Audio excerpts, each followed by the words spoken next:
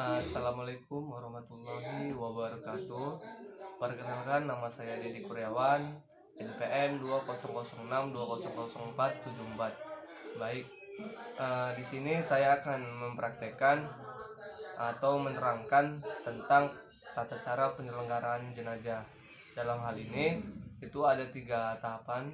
Yang pertama itu proses memandikan jenazah, yang kedua mengkafani jenazah, dan yang ketiga mensolatkan jenazah. Baik, jadi karena keterbatasan material, jadi di sini saya mencoba untuk mempresentasikan saja, dan mungkin ada suatu waktu nanti akan saya praktekkan langsung. Baik, yang pertama itu tata cara memandikan jenazah. Sebelum masuk ke tata caranya, ada beberapa hal yang harus disiapkan dan bahan-bahan yang harus disiapkan dalam memandikan jenazah. Yang pertama itu kita harus menyediakan tempat memandikan jenazah. Yang kedua, 3 buah ember, di mana setiap ember itu berisi dengan air bersih. Yang kedua, air yang berisi sabun yang dicampur dengan sabun atau daun eh, bidara. Yang ketiga itu air yang dicampur dengan kapur barus. Yang ketiga itu peralatan pelengkap lainnya seperti cotton bud, seperti kapas, seperti sarung tangan untuk petugas yang memandikan jenazah. Untuk peralatan yang lainnya itu seperti alat penghancur kapur barus. Baik, masuk langsung ke intinya itu tentang tata caranya. Yang pertama itu angkat jenazah ke tempat pemandian jenazah. Nah, di sini saya contohkan bantal guling itu sebagai jenazahnya. Nah, setelah sudah diangkat, yang kedua itu tanggalkan pakaian jenazah. Akan tetapi tetap menutupi aurat. Kalau untuk laki-laki itu dari pinggang sampai ke bawah lutut, sedangkan untuk mayat perempuan itu dari bagian leher sampai dengan mata kaki. Nah, setelah ditanggalkan pakaiannya, angkat badan jenazah sedikit. Jadi contohnya seperti ini. Ini jenazah.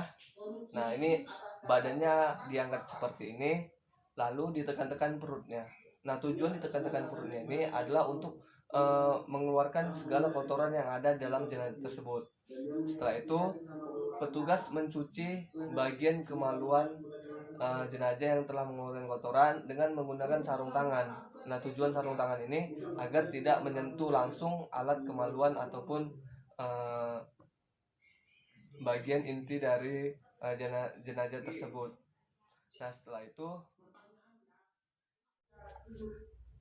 selanjutnya gerakan selanjutnya itu mewudukkan jenazah atau menyiramkan jenazah dari ujung kepala hingga ujung kaki. Nah, hal ini dilakukan untuk mewudukkan jenazah. Jadi kalau kita seperti halnya orang biasa, itu wudhu kan memasukkan air ke dalam mulut atau ke dalam hidung. Akan tetapi dalam mewudukkan jenazah ini, petugas yang memandikan jenazah itu tidak perlu untuk memasukkan air ke dalam mulut atau ke dalam hidung jenazah. Cukup dengan membasuhnya atau menyiramkannya dari ujung kepala hingga ujung kaki. Nah, di saat mewudukkan ini, para petugas yang bertugas untuk memandikan jenazah tersebut mengucap lapas basmalah.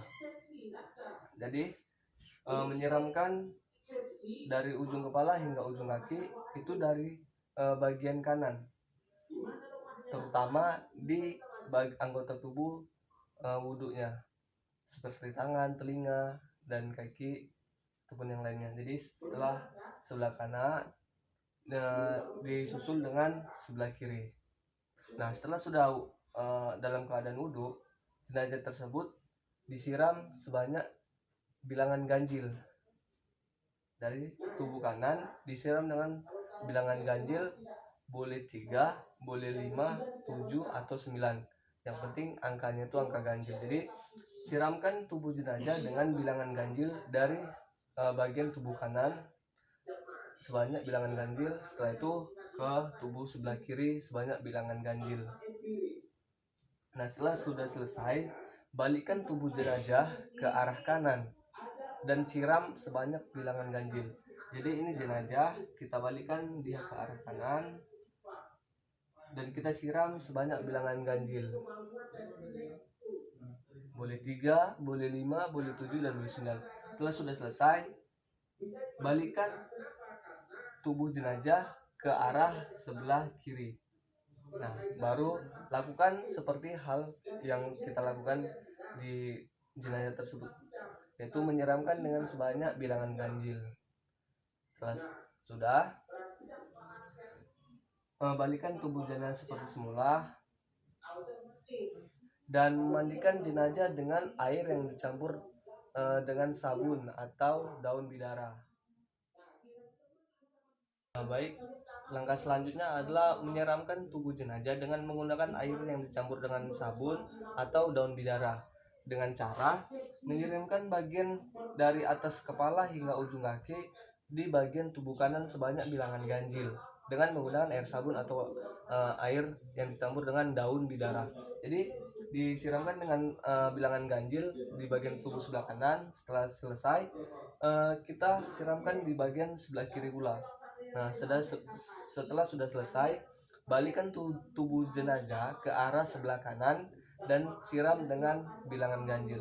Jadi ini jenazah, kita balikkan dia ke arah sebelah kanan, kita siramkan hingga sebanyak bilangan ganjil. Setelah sudah selesai, kita kembalikan lagi dan kita balikkan ke arah sebelah kiri dan kita siram dengan bilangan ganjil. Nah, setelah sudah selesai dan dibilas dengan air bersih, tubuh jenazah selanjutnya disiram dengan air yang dicampur dengan kapur barus.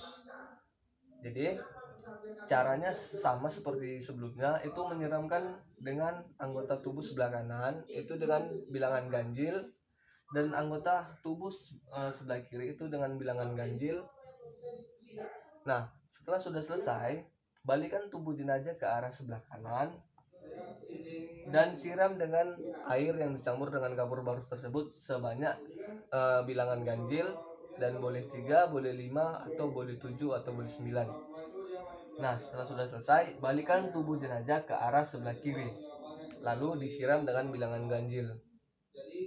Nah, setelah sudah selesai, langkah terakhir dalam memandikan jenazah adalah mengeringkan tubuh jenazah dengan menggunakan handuk.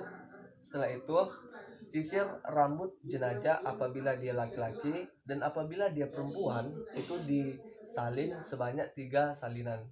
Nah, mungkin itu saja tahapan ataupun tata cara dalam memandikan jenazah.